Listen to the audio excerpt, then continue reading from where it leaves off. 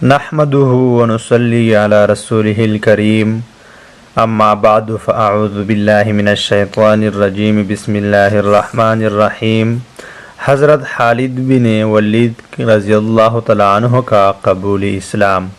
معزز سامعین کرام، آج کی ویڈیو میں میں آپ لوگ کے سامنے حضرت خالد بن ولید رضی اللہ تعالیٰ عنہ کا اسلام لانے کا واقعہ بیان کرنے جا رہا ہوں، جس نے قبل اسلام کو کافی زیادہ نقصان پہنچایا تھا، اور جب اس نے اسلام قبول کیا پھر اس نے کافروں کو بھی کافی زیادہ بے تحاشا زیادہ نقصان پہنچایا اور اسلام کے لیے کافی زیادہ قربانیاں دی۔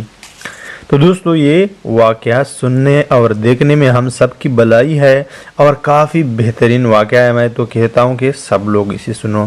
حدیبیہ کے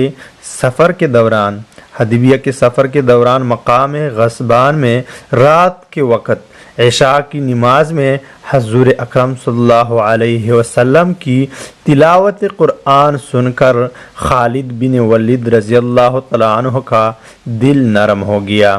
اسی وقت سے دل میں اسلام کی محبت راسخ ہو گئی۔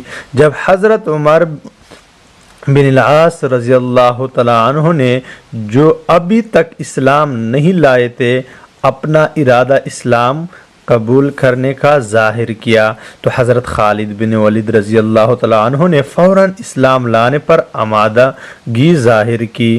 اس کے بعد دونوں دوست اپنے تیسرے دوست عثمان رضی اللہ تعالیٰ عنہ بن طلحہ کے پاس گئے اور اپنے ارادے سے ان کو آگاہ کیا۔ وہ بھی فوراً تیار ہو گئے۔ سبحان اللہ۔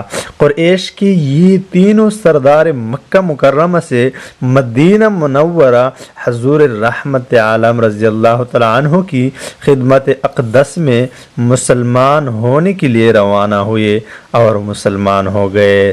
سبحان اللہ، یہ کتنی خوشی کی بات ہے۔ 3 لوگ اکٹھے مسلمان ہو گئے، اور حضور اکرم صلی اللہ علیہ وسلم جب ایک بندہ مسلمان ہوتا تھا تو وہ کافی زیادہ خوش ہوتا تھا، اس کی دل کو ٹھنڈک پہنچتی تھی۔ تو یہاں پر ہمارے پیغمبر سردار دو عالم کتنے زیادہ خوش ہو گئے ہوں گے، اور اپنی سابقہ زندگی پر کافی پریشان تھے یہ 3 لوگ۔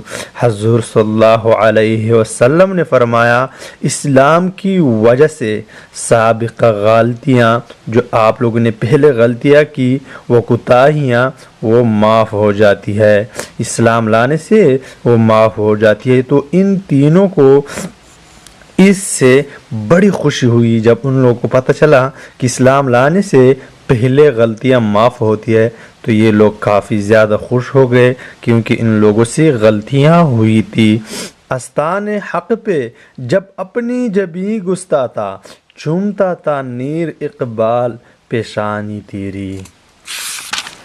پھر پیش نظر گنبد خضرا ہے، حرم ہے، پھر نام خدا روضہ محبت میں قدم ہے، پھر شکر خدا سامنے محراب نبی ہے، پھر سر ہے میرا اور تیرا نقش قدم ہے، پھر بارگاہ سید کونین میں پہنچا، یہ ان کا کرم ان کا کرم ان کا کرم ہے، یہ ذرہ ناچیز ہے خورشید بدامہ، دیکھ ان کے غلاموں کا بھی کیا جہاں چشم ہے، رگ رگ میں محبت ہو رسول عربی کی، جنت کے خزائیں کی یہی بے سلم ہے۔